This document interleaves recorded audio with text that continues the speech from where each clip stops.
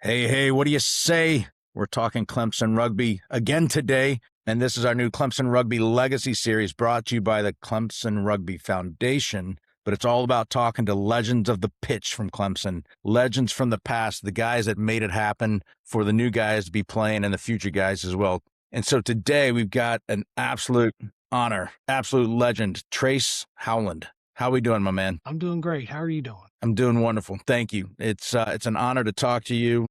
Held in high regards. We've got a lot to talk about today, and I think you might be one of the linchpins between the old guys and the older guys, and so now we're going to make it you part of that the new guy club as well too. So for those that don't know you, Trace, maybe give us a little background and introduce yourself, where you are now, how what you played at Clemson, any nicknames. Just we'll get that off and we'll go from there. Yeah, sure. I'm Tres Howland. I live in Austin, Texas now. My heart is in Clemson almost every day. I played rugby from 87 to 91. I was at some point the president of the rugby team. I played anywhere in the back line, but mostly at winger. Okay. So I still know and connect with all my mates from that period today, and we still have a close bond. So you're one of those fast, pretty boy, good-looking guys that like to take it and run. Well, you can get 2 out of the 3, but you never get all 3, right? Tell me this: what year were you when you had to do your Zulu? I was 18. Okay, so young one. Yeah. That is so much fun. That tradition is still alive and well. When one of the boys dots one down and it's his first, I think everyone in the at the pier knows it pretty well. So. Well, I can tell you that I was 18 years old. I was 10 feet tall and bulletproof, and growing up in Texas and living in South Carolina, I still carried around that big Texas hat that I, invisibly wore. Well, it looks like we may have to work on your color. Orange keeps looking like a little rustier and more orange, but it's still orange, baby. It is. It is. This is my work attire, but I wore orange closest I could wear to and get away with it without my Clemson gear on today. Well, I tell you, we talked about it I jumped on one of the board meetings with the CRF guys, and we're working on getting a new merch store up. We got to have all you old legends looking even more handsome. Can I show you something real quick? Yes, absolutely. So one of my best buds, Jamie Levitsky, who was president of the rugby club, he went and got these made, and you can see it, right? And on this side, so he convinced somebody to do this because this is not an official allowable by Yeti or the NCAA. That's right, but I got to imagine it looks good. But I think whatever's in that cup probably tastes even better when it's I'm at my office, but yes. On the weekends. How about that? Well, yeah, usually about 20 more minutes, 30 more minutes at the office here, Central Time. Well, it is 5 o'clock here in Charleston, so we'll let that one. We'll say by proxy if you want to. So fair enough. Yeah. So any nicknames that the boys had for you? I went by Trace. I was called Trace, but 2 guys, Joe Bobeck and Todd Little, will tell you different. Can we say it on air? I'll just leave the mystery out there. And maybe you interview one of those 2 guys someday. Okay. It's a little intriguing. That's intriguing. I'm going to track that one down. So, and I'll get you back with it. So very good. Well, you're in Texas now. You grew up in Texas, but maybe talk to us how you got to Clemson, and we'll start there and how you found rugby, or did rugby find you? So people that know me know I grew up in a military family. I graduated from high school in North Carolina, even though I grew up in Texas predominantly all my life. High school athletic director, played football at Clemson, and I was struggling with getting back to a Texas school. And he says, you should check out Clemson. So my dad and I went down for a long weekend, and it was the weekend before spring break. And outside of the Johnstone dormitory was a sea of girls in bikinis. And I was looking at a cool building over here, Tillman Hall. And my dad says, hey, you should check out this field over here. Yeah, I really should. So I made the decision after the sea of bathing suits and got into school and decided I was going to come to Clemson. But I was coming to Clemson to walk on the baseball team. Really? Yeah. So my athletic director got me an interview with good old historical coach Wilhelm. And so I got there, tried out for the baseball team. I made it a couple fall games, and then I was the last one cut. And Coach Wilhelm says, Howland, I'm going to have to cut you because you won't play catcher. I was like, yeah, coach. Well, if you need me, I'll be right over there, which is the first baseline. I'll be over there playing rugby if you need me. Attaboy. And you never look back. No, I didn't look back, but Matt Dorillo, do you know Matt Dorillo? Not yet. Okay. Well, he'll tell you that I've got a second part of that story, and it's funnier than the first. Can we share it? Sure. Let's go. I played rugby and I worked in a moving company. So I was lifting weights at school. And then in the summer, I was lifting furniture all over the place and in Leavenworth, Kansas, which is where my parents were living at the time. And so I was picking up hideaway beds and just carrying them out singly, right? Put them on the moving truck. I came back super strong and I'd been playing baseball all summer outside of Kansas City. And so I tried to walk on again at the beginning of my junior year. And the first day of practice, Coach Wilhelm said, Howland, I thought I cut you once. And I did. And I meant at that time, I said, okay, coach, well, you know where you can find me. I'll be right over there on the rugby field. I walked out of the dugout and I went straight to rugby practice. Yeah, never look back for a second time. Now, the third time was I wasn't going to mess with it. So Yeah. I hung up my baseball cleats for sure. Well, had you ever played rugby before you got to Clemson? No, I'd never played rugby before I got to. And how did you find rugby? So my stepdad played in the Army and we went to a couple games and then ESPN kind of came around, caught a couple Australian rules football games and caught rugby on it. I was like, man, that is so awesome. And then those They days, looked funny, didn't they? huh? It was funny looking. Oh yeah, it was funny. The guys in the dress and the boom, and then the rugby guys were just, they were Australian or New Zealand or English or South African, and I was like, man, those are dudes right there. And Real so men. I was watching rugby right through the first base dugout line while I was playing third base. I'm like, man, I'm going over there. Yeah. I get cut. And I got cut. So I went over there. Well, you found the right family. You found I the right. did. So speaking of that, when you hear the words Clemson Rugby, what comes to mind? The Brotherhood, really, it's never left. So the sport's great. Sport's awesome. It's intriguing. You don't have to spend your whole day getting amped up for a tailgate and go spend 3 hours and you get, 15 seconds of action and then 40 seconds of rest. You got action for 2 hours. Mm-hmm. And so I would say that the sport itself is awesome. The Brotherhood is infinitely better. Yeah, even better.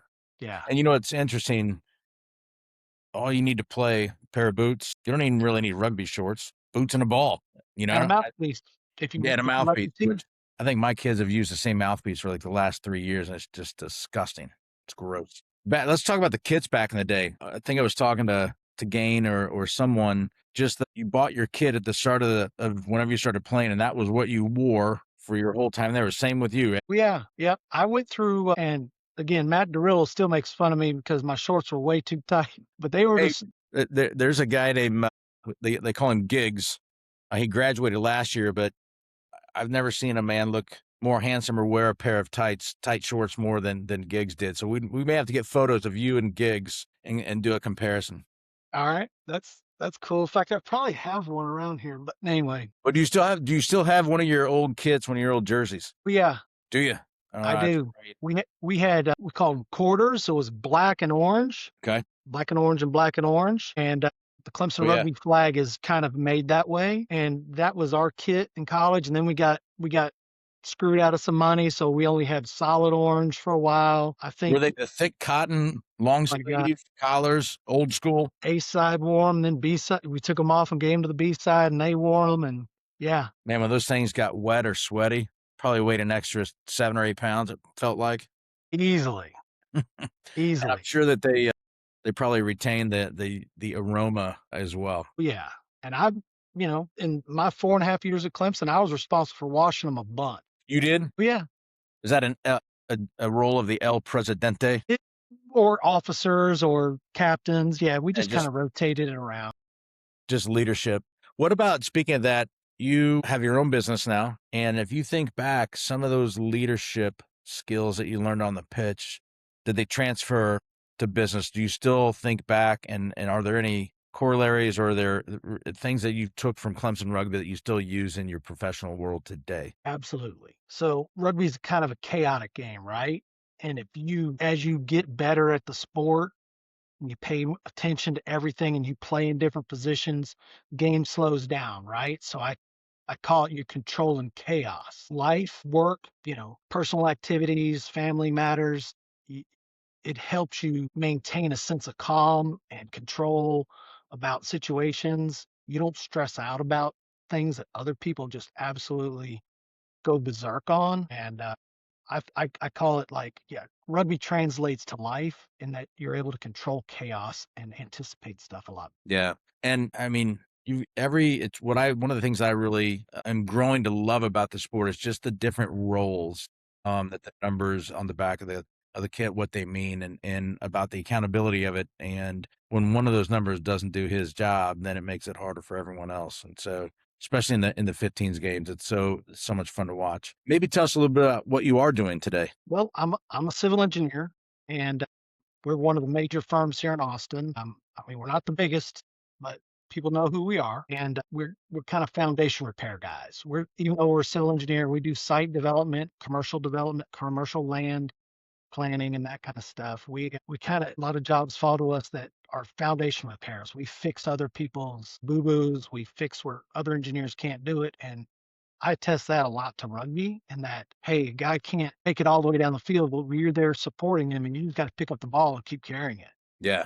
There's no give up, and life's that way. There's no giving up. And Well, probably a downfall to to my character too. well, maybe it's the post game rugby lessons that we learned that we're going to talk about here in a little bit. But, one of the opportunities here to connect the old boys with the new boys is just some career advice or looking for some of these smart kids in the engineering programs or business world that when they get they get the ring and they get out of Clemson and looking for jobs, Yeah. got to imagine that hiring a rugby guy is probably a great hire. Yeah, I would say that if I had a choice between two engineers, I would pick the rugby player over the other, if all things equal, because a rugby player has dealt with chaos already to Yeah. that point and probably has a little bit more comfort level with stress and, probably a little bit more social. Engineers are Engineers are square pegs, man. And if you can kind of round the edges, maybe you get it to fit through that hole. But rugby players kind of feel like they're already rounded and ready for those atmospheres. Yeah. Was talking to Mike Fitzgerald a couple nights ago, and he's a level one trauma guy, and he was saying that when he was interviewing for when coming out of med school, that whomever it was that hired him was criticizing him because he really hadn't led with the fact that he played rugby. He's like, hell, let's talk about that every bit as much as your schooling. I can see all of that, but the fact that you played rugby and you're on the pitch and you've got to be accountable and it's hard work and it's tough work and it's competitive, and when you're done trying to beat the hell out of the opponent, you go over and you have a pint of beer, right? So he was really intrigued about what rugby meant aside from all the grades and all the other stuff, that he actually played rugby. So that's one of the things that we're hoping to get across to some of these young lads that are in school now and getting ready to graduate. So that's great advice. We could also use some good recruits from the Austin and Houston area as well. There's some good rugby that's played in the high school areas. So Yeah. maybe you can start funneling some of those guys back up to God's country, get Yeah. them out of that Texas heat and bring them up north to the south. I guess it's over, right? Over to the Yeah. south, We call it we call it over to the East Coast. over to the East Coast. I Yeah. gotta tell you, I'm still, we're in Charleston. It's a 4-hour drive to get to Clemson, and it's just like once you get to Columbia, like I got another couple hours, but once you get there, you start to understand why it's such a phenomenal place. And speaking of kids coming there, you've had a chance to get to know Troy Hall. Yeah. He's doing a phenomenal job. Right. He's starting his 6th year. I think he's finally built this culture where the flywheel has been cranked and it's now moving. And you've got him. We've got a new coach, Mike Brown, coming from the Houston area, from the SaberCats. Yeah. Pitch at the pier. You guys never had a chance to play on something that wonderful. I tease Troy all the time. He's got 3 great kids, but that's his 4th baby. The mowing that grass and taking care of it. The campus itself, the lake, the weather. Don't know about all the fields with the bikinis on. I'm sure that still happens from time to time, but my boys don't divulge some of the nefarious things that they're that they're doing up there. But what a world-class program. If you're looking to play rugby at a collegiate level, it is still, although it's player-led like it was when you were there, that hasn't changed. But Clemson Rugby's got it going on. So, Well, that's why I tune in, man. It's it's something special. I always have held on to Clemson rugby since I left. Shit, I still try to catch the games on YouTube. mhm. I always check after games, for updates what the score was if I'm not able to catch it on YouTube. Jamie Levitsky, his daughter was playing at. He's an old boy, and he was president of the team probably in the late '90s. His daughter was going to Virginia Tech. The last time Clemson played football at Virginia Tech, he and I met up there. We're tailgating. My brother went to Virginia Tech. His daughter obviously played rugby at Virginia Tech. And so we're watching Clemson rugby in the playoffs against Kentucky. Mm. And it was that Oh, foggy game, right? And that game was what, I think the game was 8-7 was the yeah. final score. Man, that that ruck was just going back and forth in the video, and I Steam was think coming you may off. have been calling it. We were.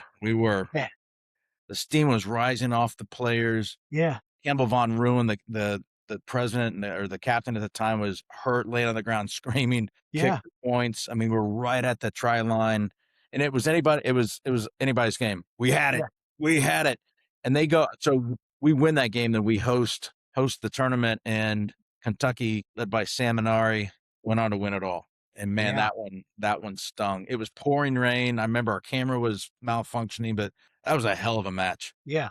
So while y'all were there, meanwhile, in Blacksburg, Virginia, here's another little pod of Clemson folks, and we're Yeah, watching the game on I mean, whatever size TV Jamie could fit in the back of his SUV, and we're that's pretty watching it. And man, more and more people are starting to gather around. Like, what's going on? What is this game? Tell us about it. awesome. Mhm. And these are just Virginia Tech fans, and there's like four of us who are rugby players. That's it. Yeah. Jamie, myself, his daughter, and some friend of hers who played. He was a guy who had broken his nose, and Virginia Tech was playing that day against somebody. It's just such an exciting sport. It makes me so angry that more people don't get to appreciate it. Come Yeah, out and try it once. Try it yeah, a couple times, little touch here and there. It's infectious. And again, I always have to make the disclaimer, I'm such a fraud because I never played, and Gain is still kind of barking at me like, "Go out and toss it around," and I think I'm gonna stick the headsets and broadcasting it instead. So let me ask you this, it's interesting, so you graduated in '91. The style of play that you, experienced while you were at Clemson, and then fast forward to what you've watched over the last couple of years, is it similar? Is it different? Does it feel like and look like and smell like Clemson rugby? it's different, but I can see the transition as over the years because I've watched Clemson rugby all the way, but it has evolved, and Frank Graziano took it to another level from my days, which he was coach after I left. He's an old boy. Then I think it was Henry Wright came in and helped for a while, Mhm. and then Steve, and I'm embarrassed to not remember his last name, and then Troy. You can Jim was in see, there as well too, right? Did Gain huh? coach? Did Gain Game coach, yeah, with Henry Wright, I Yeah, think, for that's a right, while. okay. And the evolution of those teams, you're gonna have up and downs, but Mhm. the evolution has changed to where every squad was good. When I played, we finished in the top 16 for the first time. As far as we knew, we finished top 16. We beat LSU in Tuscaloosa, Alabama to make it to Orlando, and we played Army and got beat by Army and then played, I don't know, whoever else, but then we won. So I think it was Central Florida or something. You guys may have been the ones that kicked off that expectation of winning and winning. I tell you, the boys just finished top 10 again in the CRC sevens out in DC. 15s we ran into a buzzsaw this past year, but graduated a few good players. But our crew is young. They're fast, and I think we've got some big meat with Coach Mike Brown coming up to really reinforce the pack, win your set pieces, and we've got some exciting players.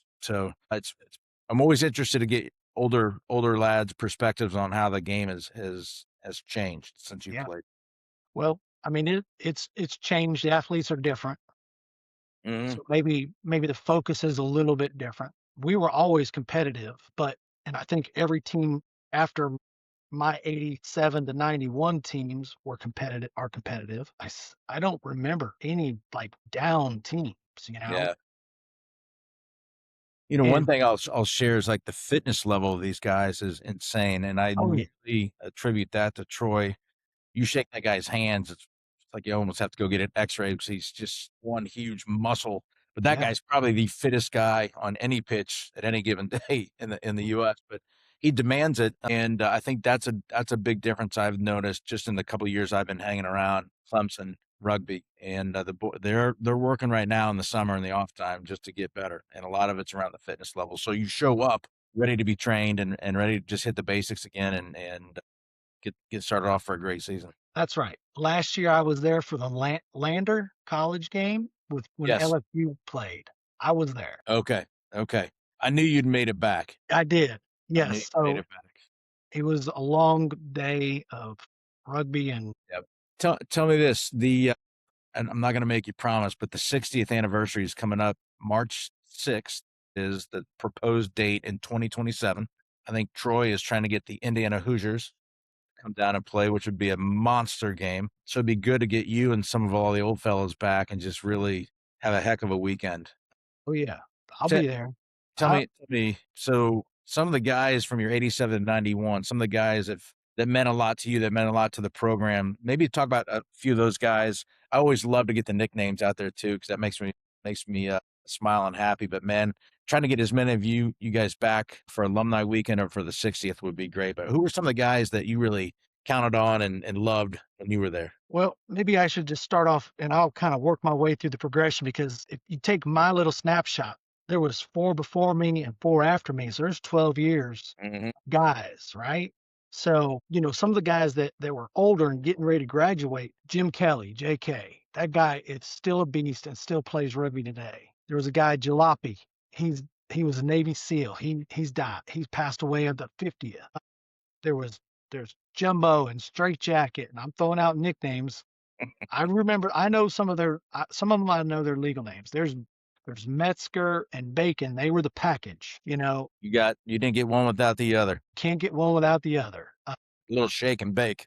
That's right. And if you're an opposing player in the pack, man, you were getting the package for sure. Because those guys, they took you and broke you like a wishbone. Guys like James Worthy and Cowboy, and then it evolved into guys that I played with like Bobeck and Philly and a guy named Milton, Scott Milton, fly half, incredible ball player. Linster, nicknamed Leaning Star. It kind of just comes out if you're slurring your words at night. So, and Neil Beeman, he drove his Jeep across Bowman Field and got arrested by the time he got to the other side. So his nickname for a while was Bowman instead of Beeman. And those two guys were 6 and 7s. And if they got a hold of you, Over. you were going down. You're And getting arrested. they were going to take you to the ground and they were going to take the ball from you, and we were getting the ball. And then there was Bumpy, who is Matt Durillo. He was a prop, and Vince Atkinson, and then there was Dave Bliss and Lugnut. All these nicknames, and then it transitions to Fuego, and these are younger guys, Levitsky and Blinston and Sheriff and Toke and on down the line. Then Jim Gaines started coming around, and Yeah. that was after I was already gone. And then there's the Limey and the Sean Hannas and the Fitzgeralds, and I mean, I could keep going. I know a lot of these guys on a personal level. I'm scared to get Hannah on this show. He's great. He's tremendous in every level. I've gotten to know him a lot better this past year, and he reeks of Clemson rugby, of all that's good about it. So Oh, yeah. And I don't want to fail to mention that, like, my 3 mentors that first year I came to Clemson was Jim Kelly. He taught me how to play rugby, truly. Minion and Candyman, 2 names that are synonymous. You can't almost say one without the other. okay, Those 3 guys were in backline, and they just was like, "Look, get the ball and just run." And I did, but I learned how to pass from those three guys. I knew how to go into tackles, and I was a big wing. Okay, not many wingers are 200, how tall were you? 5'11", Okay, almost foot. So thick and quick. thick and quick. And, you'll see some pictures of me somewhere down the line. And man, a buddy of mine, Cease Bickley, he would cut my hair. And so, because none of us had money, and I had a mohawk most of my days in college. And so, Well, if it makes you feel any better, there's been a couple of team barbers over the past couple of years that they get outside of the house they lived in called the barn or the Capitol. They've got some fantastic flow. So good looking rugby cuts. I think Robeson, the redheaded kid from a couple years ago, I think like somebody got a hold of his hair one. I started awarding a flow of the match from the opponent's team and from our own team. Just some of that they look cool with their hair running down on the field, down the pitch. So it's always you gotta look good, feel good, play good, kind of a thing. There's definitely a rugby look for Yeah. sure. So Oh yeah. man, it's really cool to just sit and watch your face a little bit when you're rattling off some of these names. Maybe you haven't thought about them for a fast minute or so, but you can just tell what it's meant to you, and I'm sure what it means to these other guys. I'm gonna have to get some of those official names so we can get them lined up and have the chats as well. So we'll do that after the fact. But man, if you could go back and think of your time playing, was there ever a time that you thought about not playing, that thought about walking away from rugby? No, but there's one moment as a president that you're like, that's not cool, right? And Yeah. so you're representing the whole team and the universe of Clemson and Rich Saunders. Do you know Rich Saunders? He was the original faculty advisor for Clemson Rugby. And so in 91, after the season was over, he stepped down because he's like, I just can't take it anymore. At my age now, I can look back and go, okay, I understand why. Then as a 21-year-old, I was like, man, I'm crushed, man. Now I got to carry this around for the rest of my life. Like Rich quit being our faculty advisor while I was present because of Yeah, me, my that's team, rough. the way I led the team, the way I led some of these parties probably got a little out of hand, and I carried that for a long time until I realized that, maybe he just felt like it was a transition. And so, you know, I still talk to Rich Saunders, not nearly, I probably haven't talked to him enough. And, I know he's gone through back surgery recently, but, that kind of stuff sticks with you. Yeah. So, but outside of that, no, it never I never wanted to quit rugby. I would still be playing rugby today if it wasn't for a stupid sliding accident in Park City, Utah, where I jammed some discs and burst a disc. Mm. But Well, Rich transitioned it to Becky Hobart, who's now Van Evera, and well, the fact you're still wearing that a little bit yeah, or for a while shows how yeah, much it meant to you, right? yeah.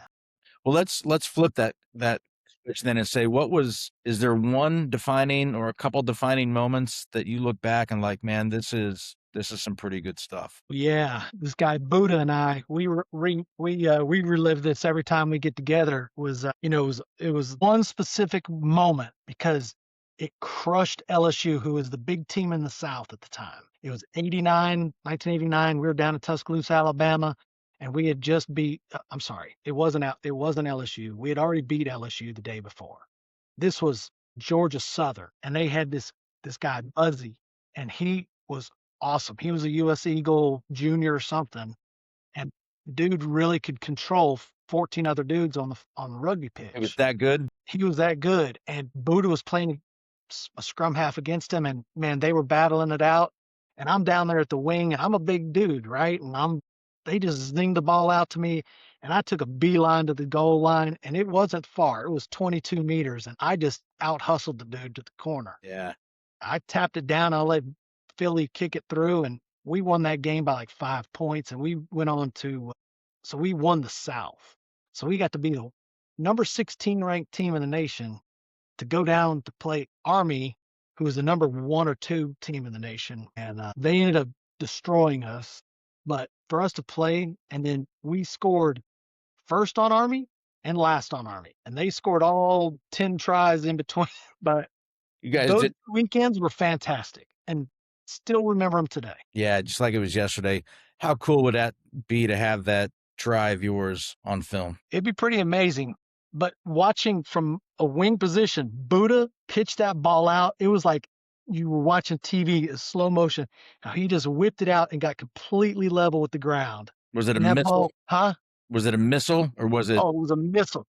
And Milton got it and he zipped it out, and Bobek got it and he zipped it out, and I just ran like hell like because rugby poetry? yeah, he had skipped Tom Phillips, who was a crasher at inside center, and man, it was I mean, I can remember like it was yesterday. Rugby poetry in motion. Yeah. So let me ask you this. You mentioned the parties, some of the traditions. I'm asking this of every legend of the Clemson rugby pitch that we talk to. Some of your favorite traditions, songs, party themes.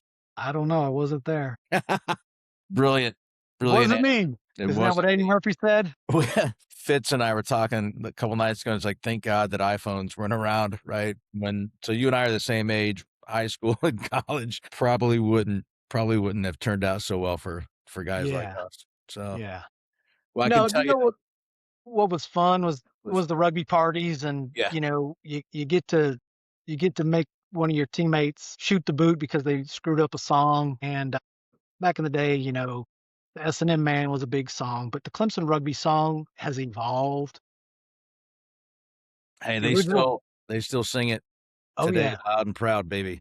right. So Minion, he went out to California, I think, and played in the summer one time, and came back and instituted a separate version, or maybe he was influential, or maybe he just added to the song. Well, it captured. And so the Clemson Rugby song takes two parts, right? And it's two distinct parts. Well, it was actually a song, part of a song from another team. Mm. And so Muzzle, do you know Muzzle Paul Goldstein? He lives there in Greenville, South Carolina, and we were singing a rugby song at a party up in Greenville one time, and bunch of old boys were together, and you get into the shit, and then we went to F it, and then it went to God Bless America. Then it just kept going on and on and on. And we're like, how long can we keep this going? And so some of those guys still sing that version, which is kind of funny because you never just evolve, you never quit evolving things, right? It was great. The boys had a chance to invite Yale down for a 15 session in the middle of sevens over the spring break. And it was pretty cool to listen to Yale sing their song, and then here come the Clemson boys, man. They crushed it. It's also great, like at the football tailgates, to hear all you old guys singing it, and the young guys see the old guys singing it. It's just contagious, man. Super contagious. Even think Hannah's little kid, Joe, I think he's 10. That kid rips it off. He knows it by heart. So Yeah, Joe Dirt. Yeah, Dirt, that mullet is exquisite. yeah, I love it. Anytime he posts photos of his family and stuff, it's great to see. Yeah, it's exquisite. Well, I tell you, it's been Trace, it's been a pleasure just to get to know you a little bit. Like I said, it's going to make calling games here over the next few years, getting to know all you guys and telling some of these stories. And you're watching from Austin or from Virginia Tech or wherever you are. We've got families all over the globe that are watching in, alumni. It's just so cool to help continue to share the stories of your time at Clemson Rugby. So, Yeah. Well, let me do a shout out to LD and to Drew Carlton, and I'll say hey to Dixon Prince down in Houston, Scott Harold Bridges, sorry, and Little Harold, Michelle Bliss. So well, I got to tell you, I love.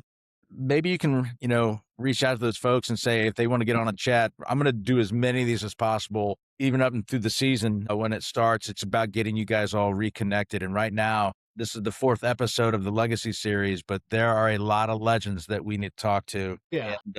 And I will find out those 2 nicknames that are locked and buried in the Skull and Bone Society part of Clemson Rugby. So, All right. Well, I'll do a gutter shot if I have to keep it hidden, but hey, let me. Maybe we'll do that. Was Backstreets a thing for you? yeah, it had opened when I was there.